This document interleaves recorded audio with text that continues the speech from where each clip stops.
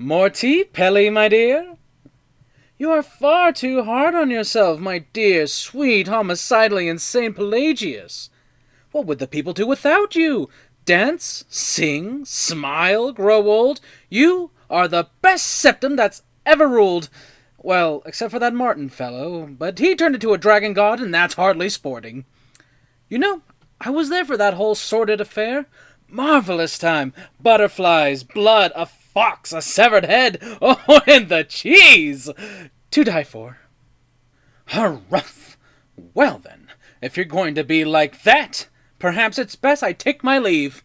Good day to you, sir. I said good day! How rude. Can't be bothered to host an old friend for a decade or two. Emperor Pelagius III. Now surely even you know about Pelagius's decree. On his deathbed, oh, this was inspired, he forbade death. That's right, death, outlawed. Inside the mind of Pelagius, silly. Oh, is it your first time? Really? Ooh, what kind of message? A song? Ooh, a summons. Wait, I know, a death threat written on the back of an Argonian concubine. Those are my favorites. Well, spit it out, mortal. I haven't gone an eternity. Actually, I do. Little joke. But seriously, what's the message? Were you now? By whom? Wait, don't tell me. I want to guess. Was it Molag? No. Little Tim the toy maker's son. The ghost of King Lysandus. Or was it... Yes! Stanley, that talking grapefruit from Passwall. Wrong on all accounts, aren't I? Ha! No matter. Honestly, I don't want to know. Why ruin the surprise? But more to the point, do you, tiny, puny, expendable little mortal, actually think you can convince me to leave? Because that's crazy. You do realize who you're dealing with here. Oh, no mistake at all. What you made was a choice. Granted, a not very wise choice, but these things happen. Oh, the folly of youth. You know, you remind me of myself at a young age. All I cared about was riding narwhals and sleeping on honeycombs and drinking babies' tears. Word of advice if you ride a narwhal, mind the pointy end. But there I go, waxing poetic about my misspent youth. Now, where were we? Ah, yes. You're the mortal messenger, and I am... Honestly, have you any idea?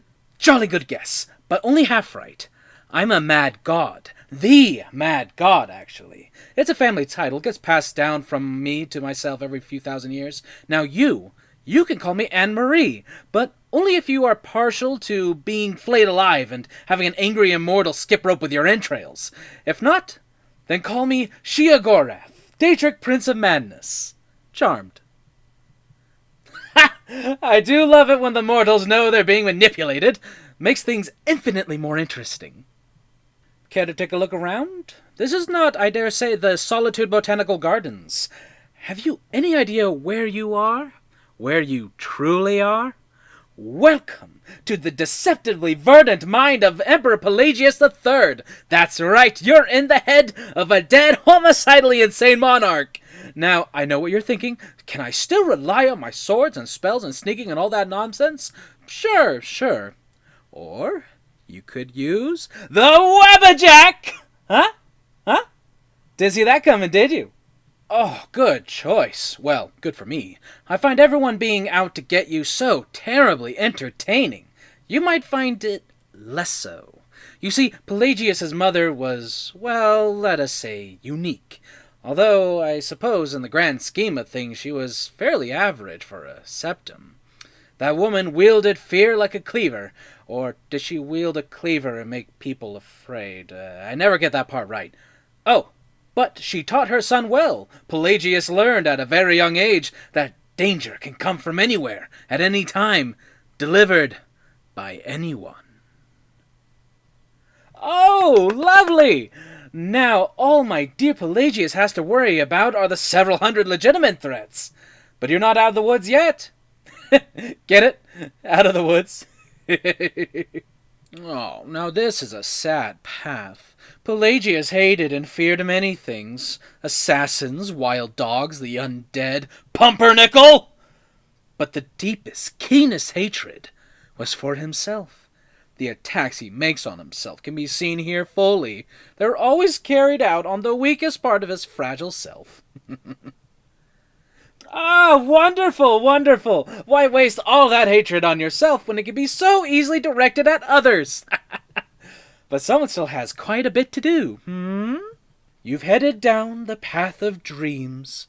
Unfortunately for you, Pelagius suffered night terrors from a young age.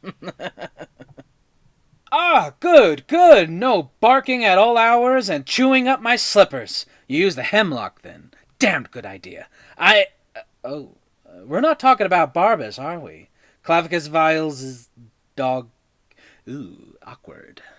Oh, that's right, Pelagius! Yes, yes, now I recall. Well done, well done. Now keep going. Fish is such a subjective term.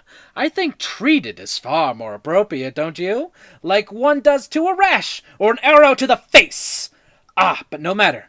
Heartless mortal that you are, you've actually succeeded and survived. I am forced to honor my end of the bargain.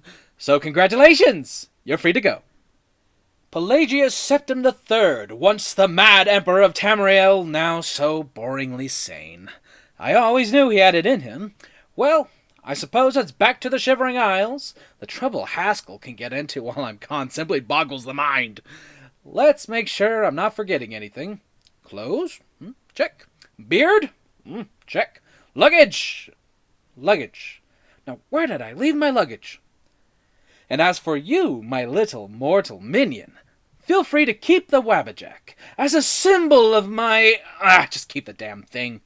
You take care of yourself now, and if you ever find yourself up in New Sheogorath, do look me up. We'll share a strawberry tart. Ta-ta! Do you mind? I'm busy doing the fish stick. It's a very delicate state of mind.